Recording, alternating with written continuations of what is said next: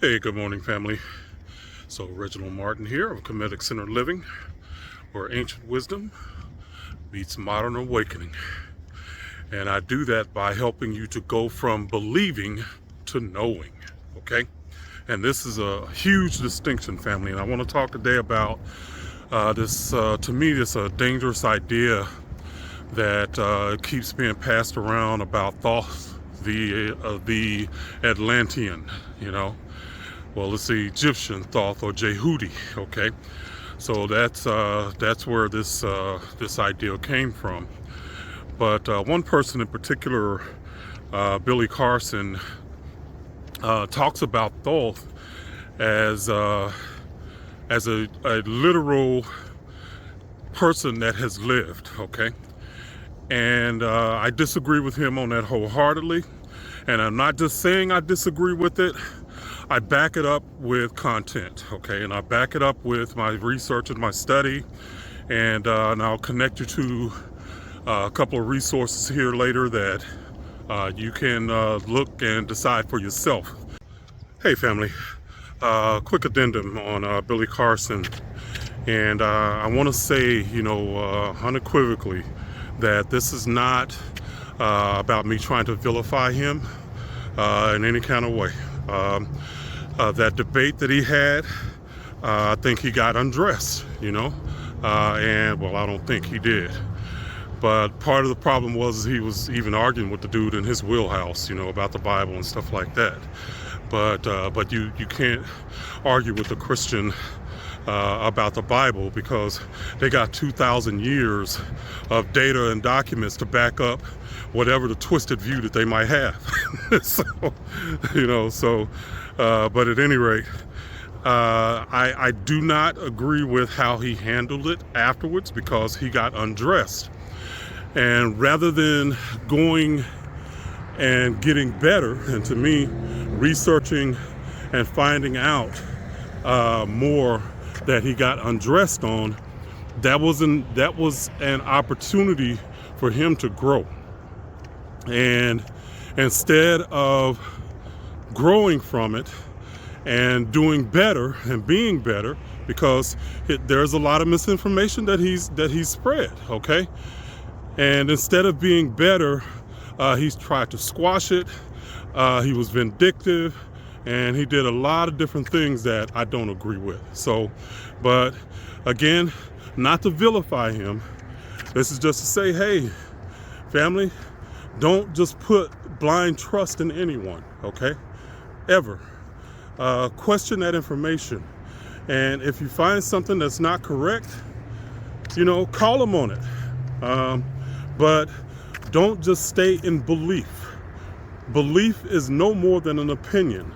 And an opinion means that you don't necessarily have to have any facts to keep or have that opinion. Christian beliefs, or the way the Christians believe, is no more than an opinion. Okay, and Billy Carson got caught with some information that was not correct. Be better. Okay, that's all I say. If something like that were to happen with me, I would acknowledge it, and he did in the debate. He acknowledged that some of it was wrong, but after that he was embarrassed, and the way that he handled it, I'm embarrassed for him. All right, family. But what I want to do is to empower you, family. So I don't want you to just believe what I say. That's to me that's we're still staying stuck in our religious programming. If you just take what I say and you never ever go and find out for yourself. Okay. Now, for the intellectual stuff, I can understand, the book of knowledge and the other stuff like that. I can understand because you put a certain amount of trust in me that what I'm telling you is true. But I also help you access on another level, which is that inner knowing. And that's the metaphysical stuff that it's not always in books, okay? Usually it's not going to be in books, okay? But I help you in a way that shows you the experiential way that you might have experienced. There's a limitation to that because there's certain things that I have experienced that maybe you haven't, or there might be certain things that you've experienced that I haven't in certain ways. So I can only relay to you the experiential knowledge that I have based on my experience. But family, you might be gifted in a certain area that I'm not, okay? But what I try to do is to help you understand that you need to build trust in your own being. And that's where religion has done a disservice to us, okay? On a couple of levels. One is the idea of belief, okay? That all you need to do is believe and have faith. And in that way, Christianity weaponized the idea of faith, okay? I don't know how many times I can present some information and then I know somebody that's in a Christian mindset when they'll say, well, I believe this, okay? Because think about how we were taught as Christians. If you believed, that was proof of how much faith that you had. It didn't matter what you knew. All you had to do is just say you believed, and then automatically that puts you in a higher level of esteem amongst Christians simply because you believe strongly. Didn't matter what anybody said, okay? And how many times would people say something negative about Christianity or about Jesus or whatever it might be, and all we said was, well, I just believe and that's all there is to it, you know? And it stopped, okay? And at that point, there is no need in that instance to me to go any further.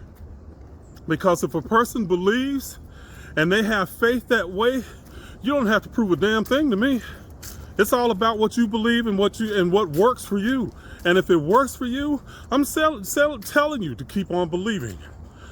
But with this knowledge, family, there is a deeper level that empowers you to become the creator of your reality. Thought becomes things, okay? And that's what I want to talk about with the idea of Thoth, or the Egyptian Djehuti. The idea of Thoth, or the Egyptian Djehuti, it is actually a personification of the human mind. So on one level. So it is a universal archetype. It was never a person and never meant to be. And I'm going to talk to you about what that means and just explain some of the symbolism for you, okay? So one of the things you'll see Thoth represented, and I'll just put an image up here and just talk about it. I'm just talking about it in my mind right now, but you'll see Thoth or Djehuti represented as a human being with a bird head or an ibis on his shoulders, and then on that head you'll see the crescent moon, which is like that, almost like a U shape, and the sun, okay?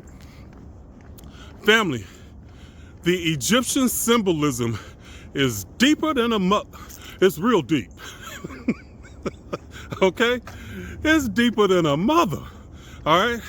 So I want to make a caveat here that there is no way that I can explain to you the depth of this symbolism in just this short video. Whether it be 15 or 20 minutes, there's just no way.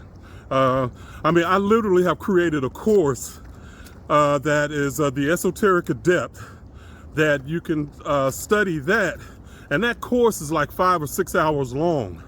I still don't get to all of it, but you learn how to decode this knowledge, like the Bible, the Book of Enoch, all these things that a lot of these people talk about as literal beings were never meant to be taken that way, family. And it literally locks you out of the depth of knowledge that it can do for help you to empower you, okay? So when we're talking about that crescent moon and sun, the symbolism, and understand the ancient Egyptians used symbolism, and there was a framework that they used. And usually the sun and moon represented the aspects of being in spirit and the physical, okay? So the crescent moon was a new moon, okay? That's somebody or a soul being born into the physical. That's what the new moon of that crescent would represent. It was a new moon, a new soul in the physical world.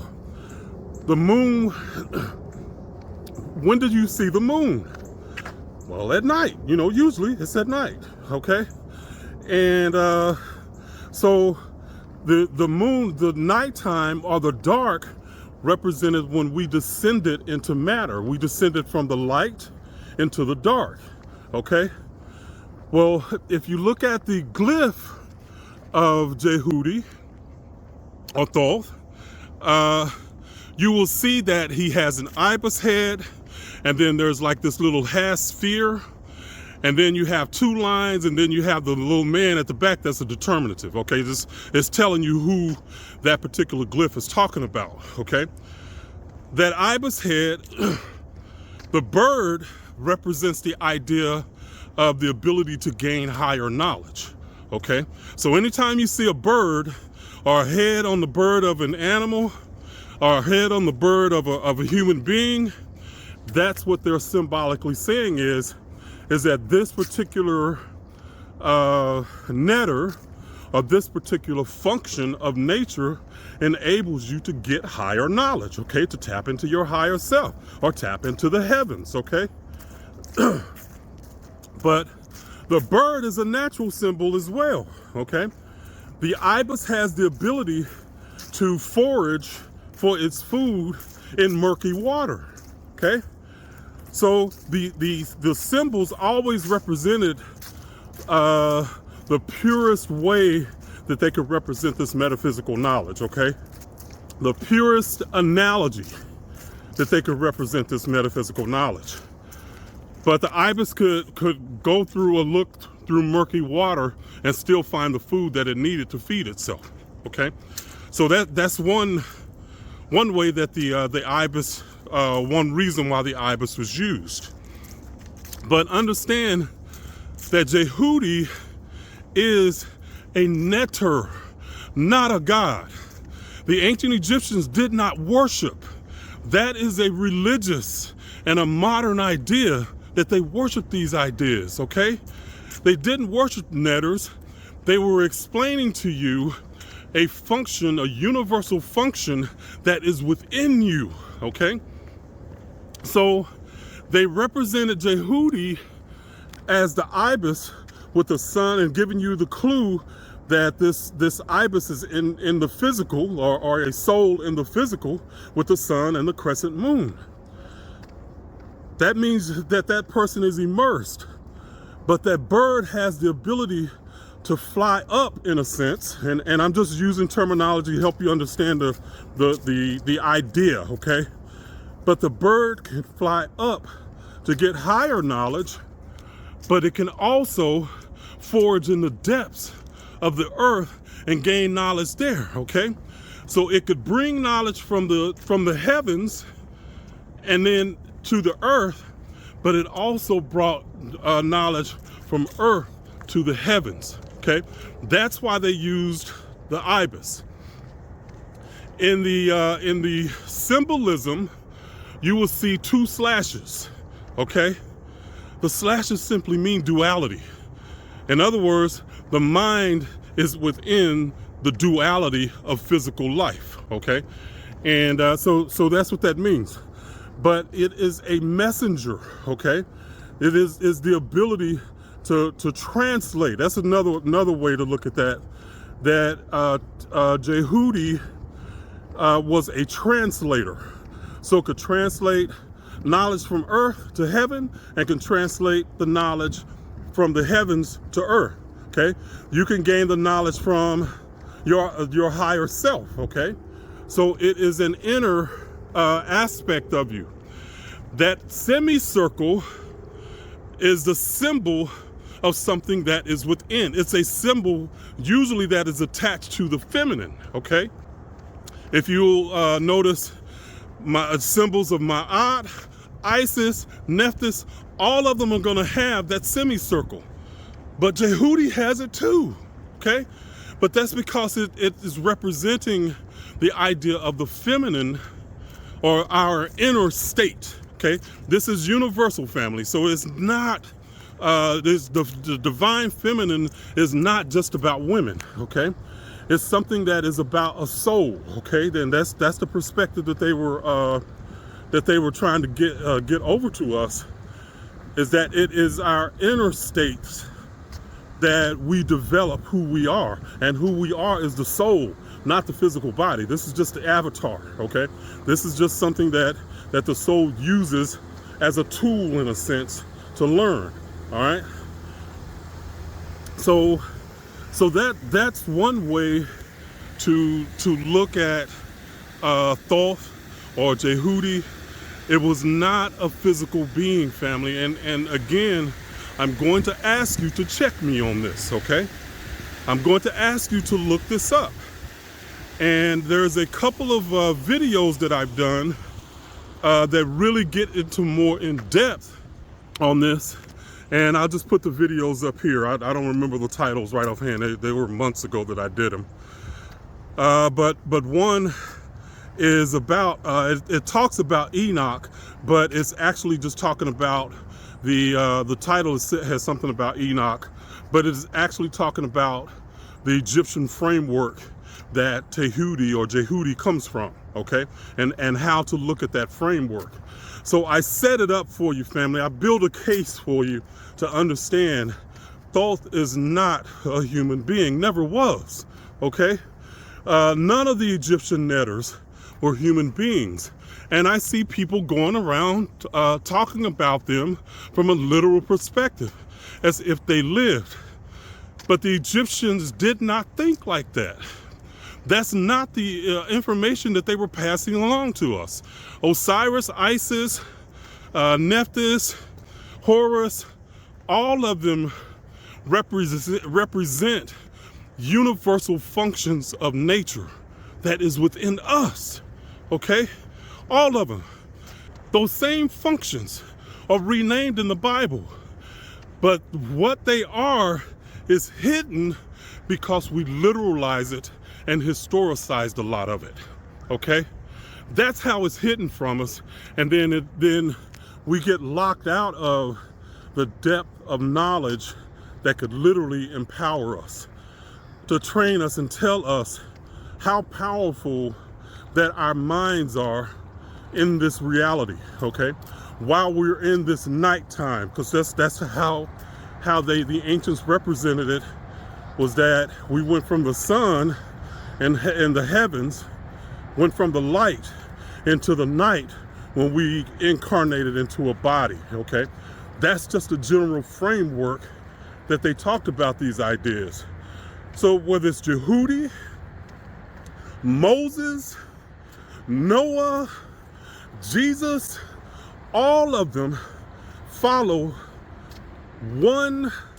a template, okay? They follow a framework. And if you know the framework, then you can decode these ancient texts. And what you will find once you decode them, that they are really simplistic messages compared to the things that we know today about psychology, science, and the universe and stuff like that. They're really, really simple messages, okay? Now, another video that I did was, God, now I can't remember what the video, again, this family is, I'll put it up here, but I can't remember what it is, the title right offhand, but I'll just put the thumbnail and title up for you up here, okay? But I go to the videos about 40 minutes long, family, but I go in depth in teaching about these ideas and what they are. Once you, and I document it, you know, in the video, I give you books, I give you different ways that you can go and you can check that information for yourself, okay? And again, I don't want you to believe, family, that's not what it's about. I want you to know. To know is that inner compass, that inner knowing the feeling, because what you feel is what's real, okay? That's the bottom line. So we've all been taught a way through religion that disempowers us. And if you're not careful, people will use those same ideas to keep you in a disempowered state if you don't know any better. And because that's the way you thought before, you never think to say, wait a minute, that's literal. Something's not right about literal. You never think that. You hear the same things, and because that's how you've always believed, it's just comfortable. It just makes more sense to you, okay? Now, with the Thoth the Atlantean and the Emerald Tablets, okay? Thoth the Atlantean. And I know that Billy Carson has pushed that big time. But family, those Emerald Tablets are a fraud, okay? And again, I did a video on it where I show you who the person was that made that up and where it came from, okay? What his thought process was and everything, okay? There was an Emerald Tablet, but family, it was essentially one paragraph, not 12 or 15 books, whatever the Thoth the Atlantean. And for a while, I thought that those were legitimate, and that's how I approached them. But family, they're just like many of you that just felt like something about Christianity wasn't right. The language, once I even started to decode it, the language just didn't sound right. It sounded too, it just didn't sound right to me. Something was always in the back of my mind that something's just not right here. And sure enough, once I looked the guy up, you know, it was a wrap for me. You know, it was like, yeah. But I also went and I did another video that will help you to actually decode the actual Emerald Tablet, okay? So I'm not saying believe me, family. I want you to check this out for yourself, and I want you to have knowing, not belief. Belief is a trap. So knowing is what it's about, and knowing will empower you. Belief will simply enslave you again, okay? And that's what Christianity did, was all of our minds were captured by this literal belief in these ideas that basically positioned them outside of us, that we had to worship, not something that is internal, okay? And I will say this about Billy Carson, is that I don't agree with him about Thoth the Atlantean, okay? Not even a little bit, okay? I agree with how he presents the idea. But I do know that he is trying to teach the idea that Christ is within. That part I agree with, okay? So we're in agreement there. It's not about, and I know as Christians, a lot of times we live on this idea, either you accept all of it or none of it. Family, no. That's dualistic thinking, okay? It's either good or bad. That's dualistic thinking. There's nuances. So even the idea of how I see Billy Carson is nuances. I don't see him as a bad guy. I just disagree with something that he says, okay? So that's all there is to it. So I can admire some things that he's done, you know, things that he's built a network and stuff like that. That kind of stuff I admire, you know? But I just don't agree with everything he says. You don't have to agree with everything I say. That is, again, it's not what's needed here. What's needed is you be empowered to create the life based on the ideas that you want to live by, okay? Your thoughts and your beliefs become things, okay? All beliefs is a thought or a group of thoughts that are imbued with emotion and imagination, okay? That's a belief, okay? But thoughts and beliefs become things, plain and simple. Okay, so again, it is a misapplication of this ancient knowledge to present Thoth as being a human being just to promote the idea that he was an Atlantean. Okay, that was never true. Could the information have come from Atlantis? Possible. Okay, I've never studied that in depth. I'm aware of the idea of a civilization, so the information could have come from there, but there was no being named Thoth. Okay, the ancient Egyptians created universal functions that they personified. Okay, now if you're interested in going more in depth and learning how these ancient symbols and stuff work, then you can absolutely check out my course, The Esoteric Adept, and you can go to esotericadept.com and check it out. Check out the information for it, and but it's going to take you deeper into this knowledge. It's going to help you understand the whole framework, give you the secret sauce of how, instead of memorizing these ideas, you just learn how to look at them and interpret them, family. But it's not about memorization, okay? It's about using your logical mind to recognize a symbol, and then that symbol should help you tap into your intuition. If you see Thoth as literal, you stop at your logical mind. You never go deeper, okay? And you veer off into some other ideas that don't empower you, they disempower you, okay? That's the whole idea. All right, family? So I'm getting ready to go ahead and I'm gonna go up this hill. So you guys have an amazing day. I hope that this is helpful for you, and it is about empowering you, family. When you come to this channel, I want you to be inspired and empowered, at least. I'm gonna provoke thought, but when it does provoke thought, family, I want you to research it. If it goes against something that you have believed, please research it. I want you to. And I give you the books that you can do that with as a start. You can start there at those books and take it further if you want. But don't stop at belief. Don't put your 100% faith and trust in me, okay, in that sense. I want to empower you. I can be wrong. But family, this is what I'll say.